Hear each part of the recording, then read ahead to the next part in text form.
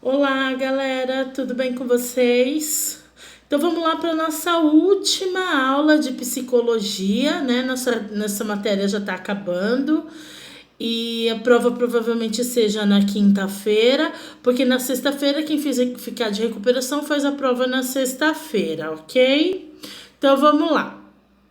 São só 11 slides, então são pouquinhas, pouquinho. Não vai dar tempo de eu fazer revisão, tá? Pode ser que eu jogue lá no grupo quais são os slides que vocês precisam estudar, tá? Mas eu não vai dar tempo de eu fazer revisão com vocês. Então estudem então só pelo slide que eu mandar, beleza? É o máximo que eu consigo fazer para vocês, tá? Então vamos lá. As relações interpessoais. O trabalhador deve falar e agir em termos de grupo, criando linhas de consulta com todos os envolvidos e até mesmo procurando envolvê-los no processo decisório. Então, gente, quando a gente trabalha em grupo, não sou só eu que tenho que tomar uma decisão, né? Se essa decisão for afetar o grupo todo, então é o grupo todo que deve tomar uma decisão melhor para o grupo todo. Quando eu tomo uma decisão só para mim, e isso pode vir a prejudicar o meu colega, então isso não é trabalhar, é relação interpessoal, tá bom? Percepção do eu e do outro. Trabalhar em equipe tem sido, sem dúvida, um dos grandes desafios para o ser humano. Essa tem sido uma capacidade altamente valorizada no perfil do novo administrador, considerando a quantidade de horas que o ser humano passa em seu local de trabalho. Principalmente a gente que é da enfermagem, né? Quem trabalha 12 por 36 fica mais tempo com seus colegas de trabalho do que com a sua família. Então, ter uma boa relação interpessoal é muito importante, né? Desculpa. Principalmente para ser agradável o ambiente de trabalho. Imagine, dentro do hospital o ambiente já é pesado. Aí você trabalha com pessoas que você não gosta ou que você não tem uma boa relação interpessoal, fica mais difícil ainda. Por isso que é importante a relação interpessoal. Por isso que é importante os nossos trabalhos com vocês na sala de aula. Porque a relação interpessoal a gente tem que aprender. A gente tem que aprender a lidar com as diferenças do outro. A gente não lida com isso na casa da gente. A gente já lida com isso dentro da casa da gente, né? Imagine fora. O outro é obrigado a aguentar desaforo meu, assim como eu não sou obrigada. Então, por isso que temos que manter um bom convívio, tá bom? Devemos refletir sobre a importância de nossos gestos, pois um sorriso, uma postura corporal, uma falta de atenção podem interferir diretamente no processo de aproximação ou distanciamento entre as pessoas. Então, gente, a gente tem que tomar muito cuidado com o jeito de falar. Diga-lhe eu, né? E também precisamos tomar cuidado com esse processo de postura corporal. Porque às vezes a gente vai falar com a pessoa, a pessoa vem falar com a gente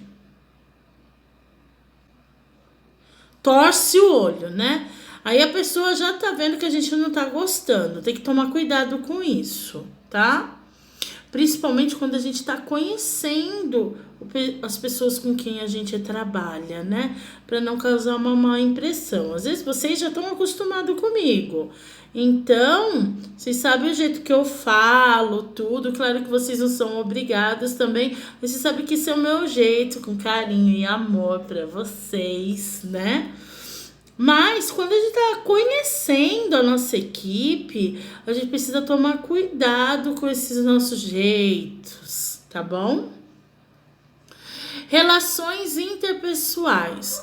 A abordagem concentra-se em relações interpessoais, na qualidade da comunicação e também no problema de ajudar as pessoas a transpor fachadas sociais, de modo que tenham melhores condições de lidar com as verdadeiras ideias e sentimentos dos parceiros de trabalho.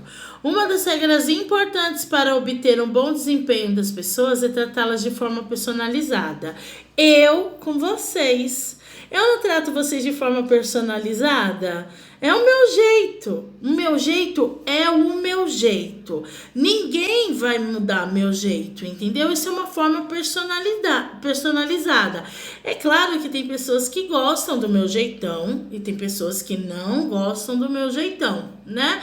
Mas creio eu que a maioria das pessoas gostam desse meu jeitão. Mesmo dando bronca em vocês aí, eu tenho certeza que às vezes vocês param para pensar e falam assim, nossa, ela tem razão, tá? Então a gente sempre, quando formos iniciar, né, num trabalho, deixar bem claro o nosso jeito, né? Claro que a gente tem que tomar cuidado. Por exemplo, quando eu vou trabalhar, vocês já sabem que às vezes eu sou meio brutona, né?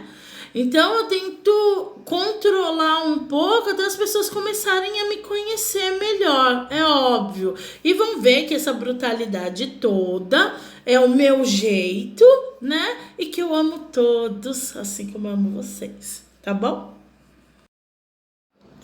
Relacionar-se significa o quê? O que significa se relacionar? Nós temos um relacionamento, né? Professor-aluno, mas creio eu que a maior parte de vocês, a nossa relação vai além de professor-aluno, já que, como eu já disse anteriormente, eu trato vocês como eu trato o meu filho, né? Chamo atenção do mesmo jeito, né? Então, relacionar-se significa o quê? Saber ouvir, compreender que todos podem ensinar algo, saber ouvir, compreender que que outra pessoa sempre tem algo para nos ensinar. Dizer não sem diminuir a outra pessoa. Quer dizer, principalmente a gente que está à frente de, assim, um degrau a mais das outras pessoas, a gente tem que saber falar não. Mas eu falar não é diminuir. Eu falar não porque eu mando, eu falar não porque você tem que fazer o que eu mando, porque eu sou superior a você. Não. A gente tem que falar o não, mas mostrar para essa pessoa por que eu tô falando não. E isso é para os nossos filhos também, na nossa vida, tá bom? Saber elogiar e reconhecer a competência de alguém, isso é muito importante, porque só crítica também é ruim. A gente tem que saber reconhecer as qualidades do outro, né? E mostrar para ele, né, que ele tem a qualidade dele, que ele é importante, tá?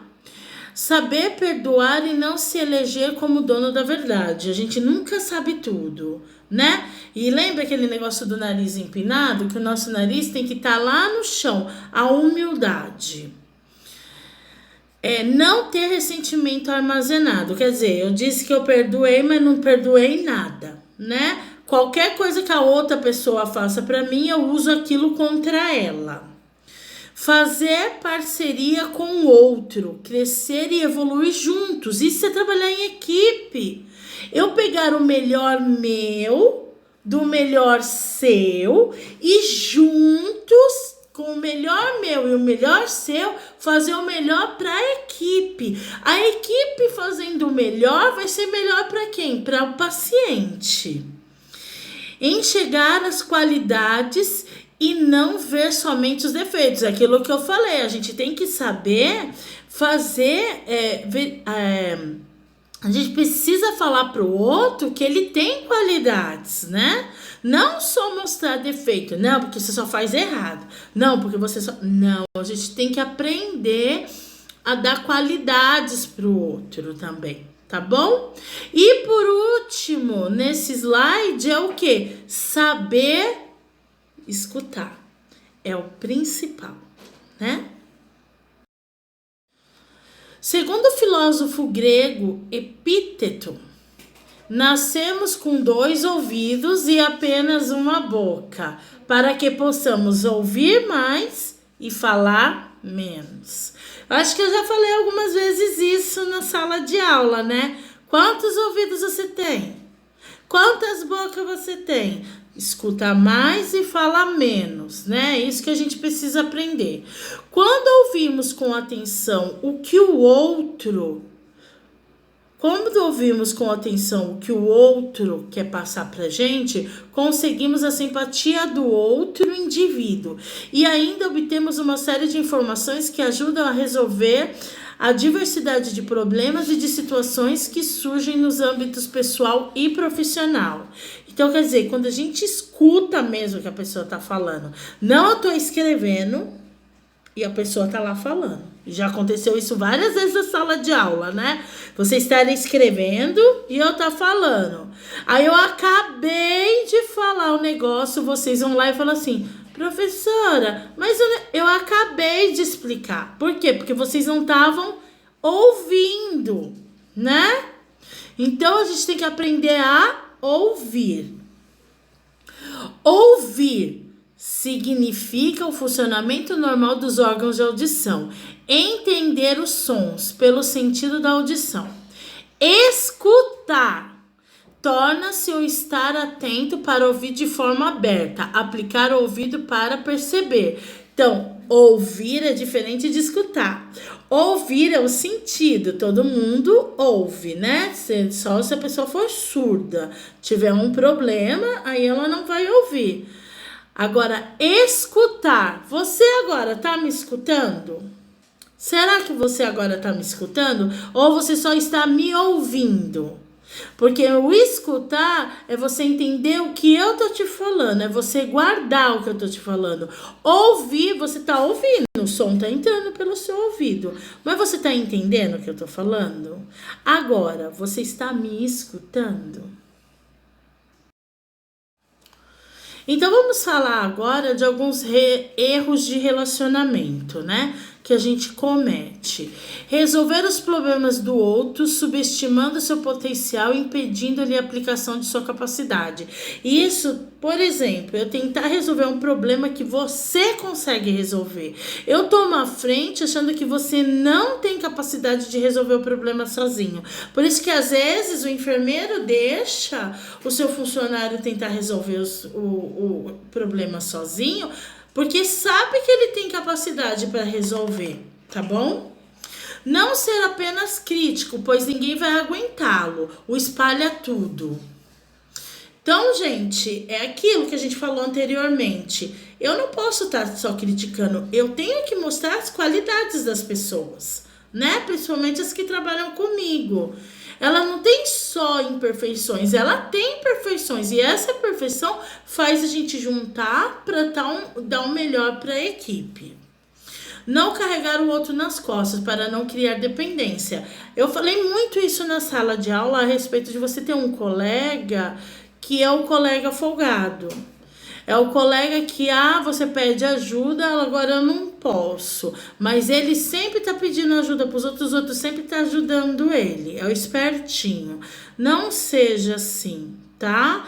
A gente sempre precisa ou ser ajudado ou ajudar. Lembra aquilo que eu falei? A gente trabalha sozinho? A gente vive sozinho?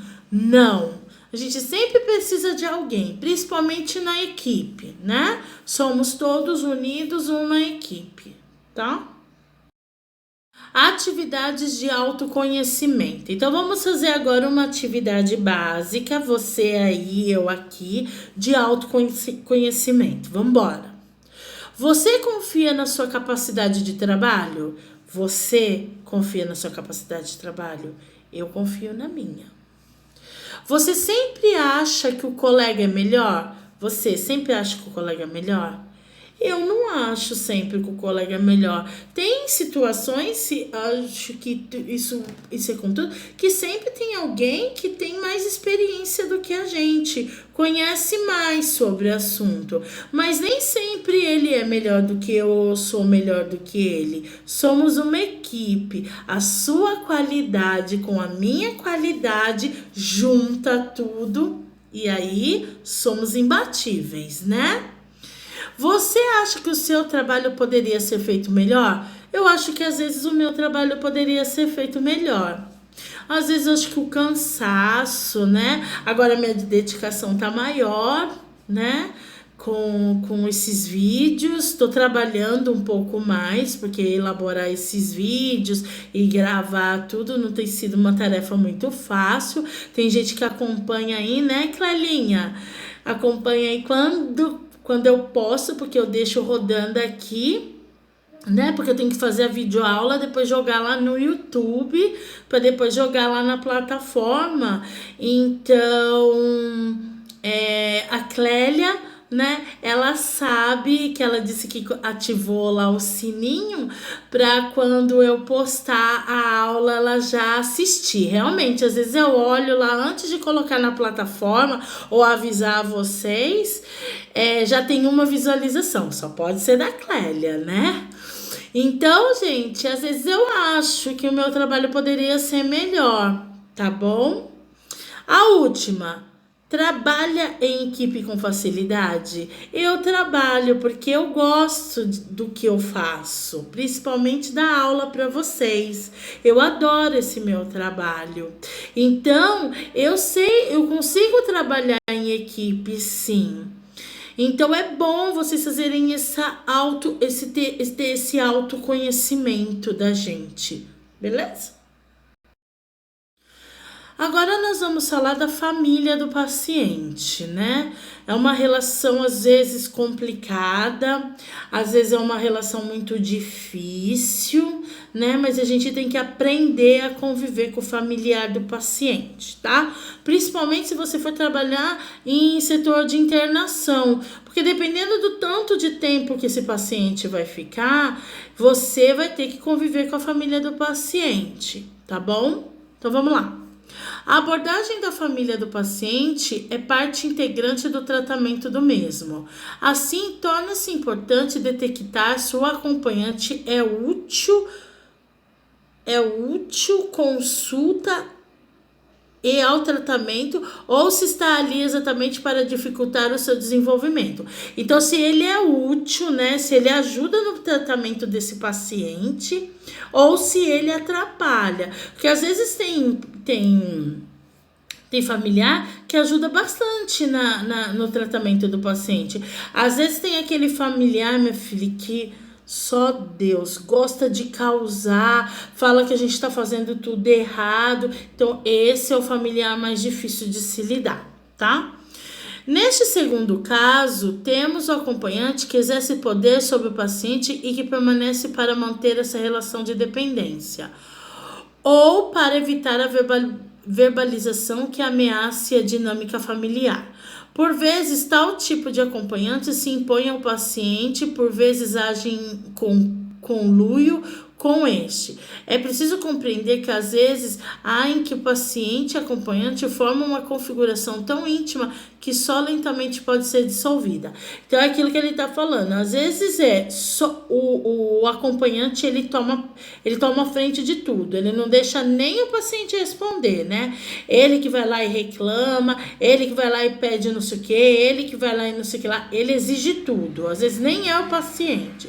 Ou às vezes são os dois juntos. O paciente e o acompanhante, né? Os dois formam ali aquele par que vira um pandemônio, tá? E é muito difícil às vezes você separar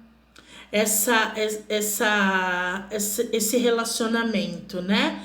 Então, esse segundo caso que ele tá falando são o acompanhante e o paciente que dão problema, tá? Que vocês vão ver de montão. Tem gente que te ajuda, tem gente que te agradece, agora tem um que tá lá para infernizar mesmo, tá? Muito mais difícil é lidar com a família do paciente como um todo. Nesse sentido, impõem-se várias habilidades, como reconhecer a dinâmica familiar, suas ideologias e lideranças, e ao mesmo tempo perceber o que o paciente e 24 sua doença representa por sua família. Em 24 horas, eu acho, que sua família, que a doença representa na família, né? Fator de integração ou desintegração, de ansiedade ou tranquilidade, de necessidade e exclusão. Ele tá dizendo aqui que dá para perceber em 24 horas a dinâmica da família. Se é uma família que é unida ou se é aquela família que só foi unida perante aquela doença. Quem é que cuida daquele familiar se for idoso? Quem é que tem uma dinâmica, uma aproximação maior com aquele paciente, tá? A omissão familiar é um tanto comum, sendo um importante problema social nas instituições hospitalares, principalmente em relação a pacientes idosos.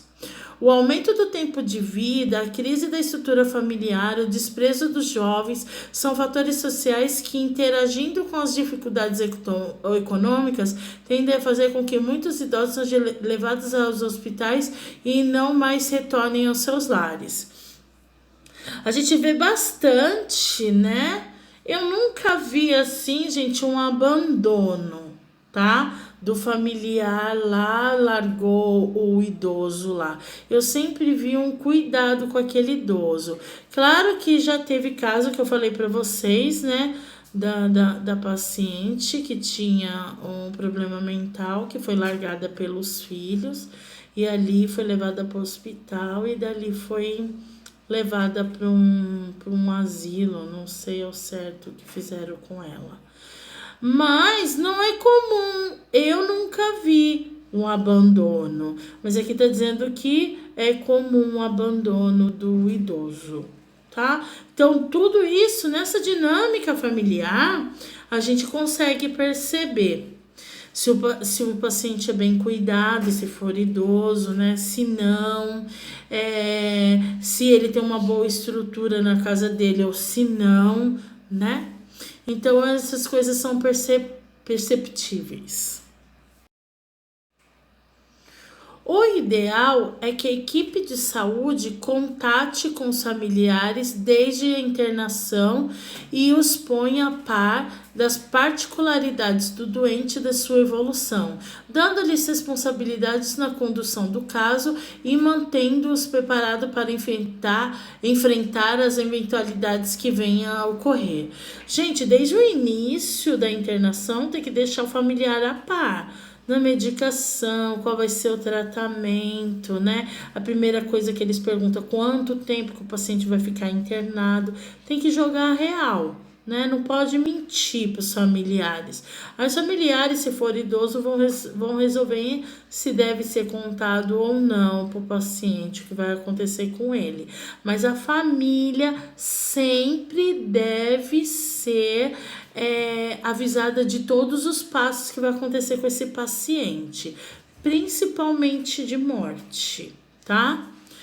Quando o núcleo familiar é bem estruturado e a relação com o paciente é preservada, é possível obter bons resultados, mesmo em situações clínicas mais difíceis. É verdade.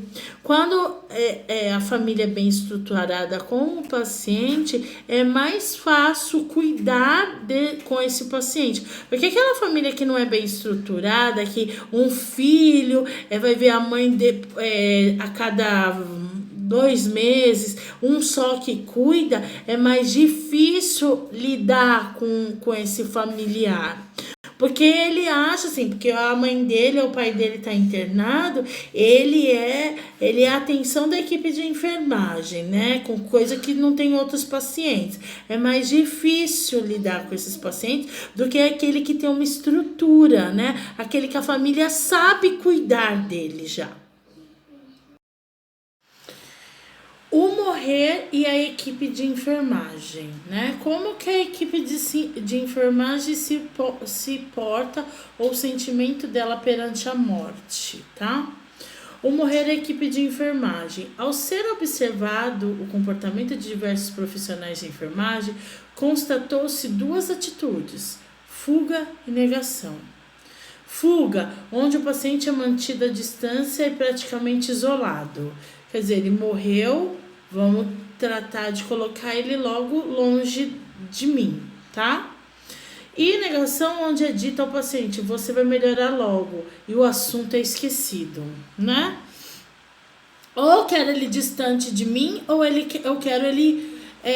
Ou eu dou uma resposta logo para ele não ficar me perguntando nada, ou familiar, né? E assim eu me distancio melhor dele.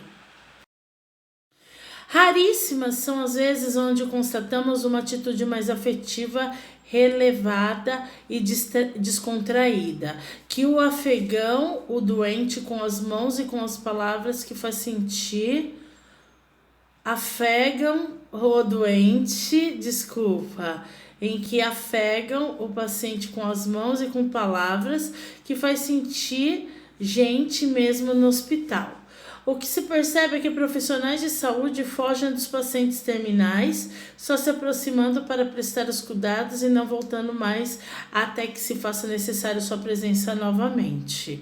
Então, o que se nota nos pacientes terminais, diz eles aqui, é o distanciamento da equipe. A equipe só chega perto desse paciente para fazer os procedimentos, depois se distanciam.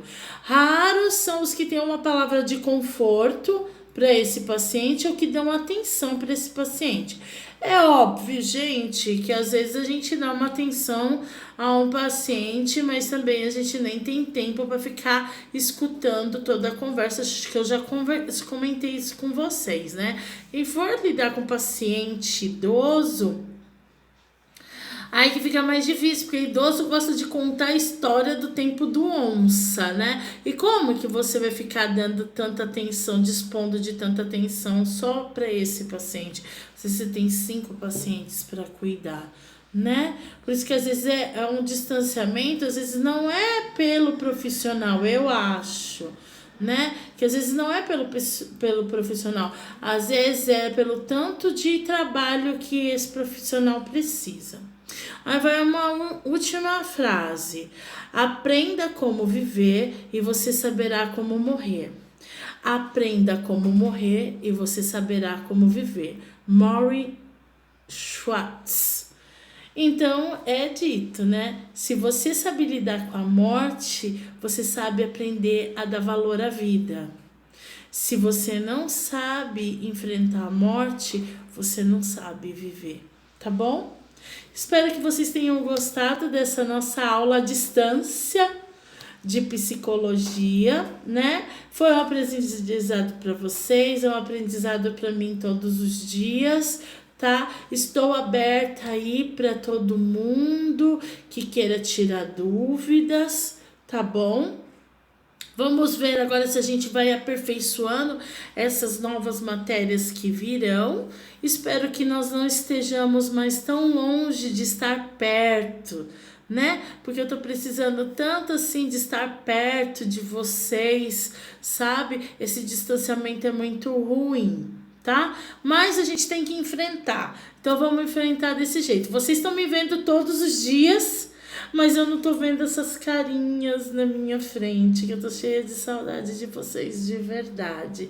Falo isso todos os dias, preferia estar na sala de aula, tá? Espero que vocês tenham gostado dessa aula de psicologia. Psicologia é uma matéria mais complicadinha mesmo, mas espero que eu tenha passado o principal, que todos vocês, né, ou a maioria de vocês tenham conseguido entender essa matéria. Um beijo, boa sorte na avaliação, tá bom? Espero não ver ninguém de DP, tá bom? De DP ou de recuperação. Beleza? Vou disponibilizar lá para vocês os slides para vocês estudarem, tá bom? Mil beijos. Tchau, tchau.